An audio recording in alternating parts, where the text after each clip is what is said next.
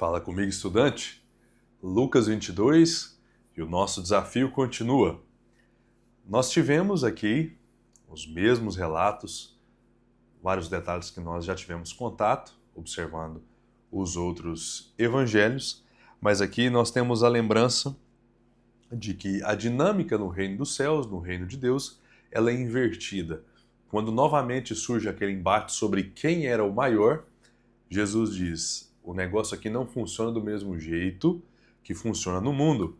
Aqui o maior, ele ocupa a posição do menor, no sentido de que ele tem que ser o que serve a todos, ele deve estar disposto a se rebaixar e a se humilhar, como nós já vimos em outro episódio. Você percebe que esse é um assunto rotineiro.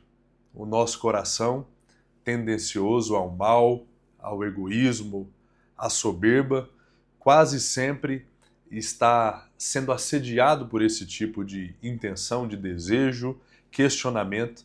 E se os discípulos que estavam ali bem pertinho de Jesus tropeçaram nesse sentido, como nós vimos nos outros episódios, eles são repreendidos, nós precisamos estar atentos, porque principalmente se você está se esforçando para ser um seguidor fiel de Cristo, para servi-lo, quanto mais nós produzimos, mais expostos nós estaremos. E ele nos lembra dessa dinâmica invertida. Depois disso, nós vemos um papel muito presente aqui de Satanás. Nós sabemos que ele tem uma liberdade ainda nesse tempo, nesse mundo.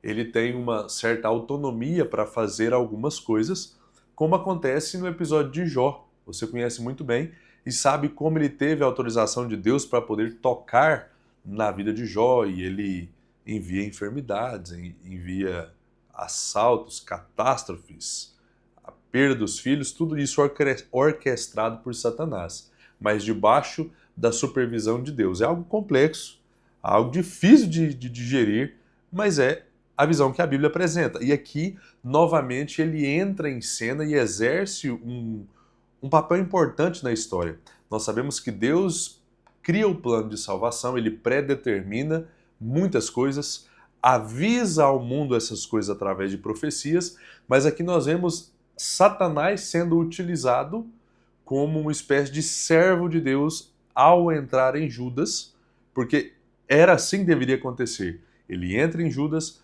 Judas traz Jesus, acontece o cumprimento da profecia nesse sentido, e além disso, além de ter essa influência sobre a vida de Judas, nós vimos que ele tenta também comprometer e atrapalhar a caminhada dos outros 11, quando nós vemos Jesus dizendo assim: ele disse para mim, ou melhor, ele deixou claras as suas intenções. Eu quero peneirar, assim como o trigo é peneirado. Eu quero, de alguma forma, fazer algum tipo de mal ou um teste acima do que eles poderiam suportar. Mais uma vez, nós vemos que ele tem influência no mundo. Então nós não podemos maximizar a atuação e o poder dele, como nós vemos em alguns movimentos que nem falam de Jesus, nem falam de Deus, ficam o tempo todo falando de demônio, como se tudo fosse responsabilidade de demônio, mas nós também não podemos minimizar a sua atuação.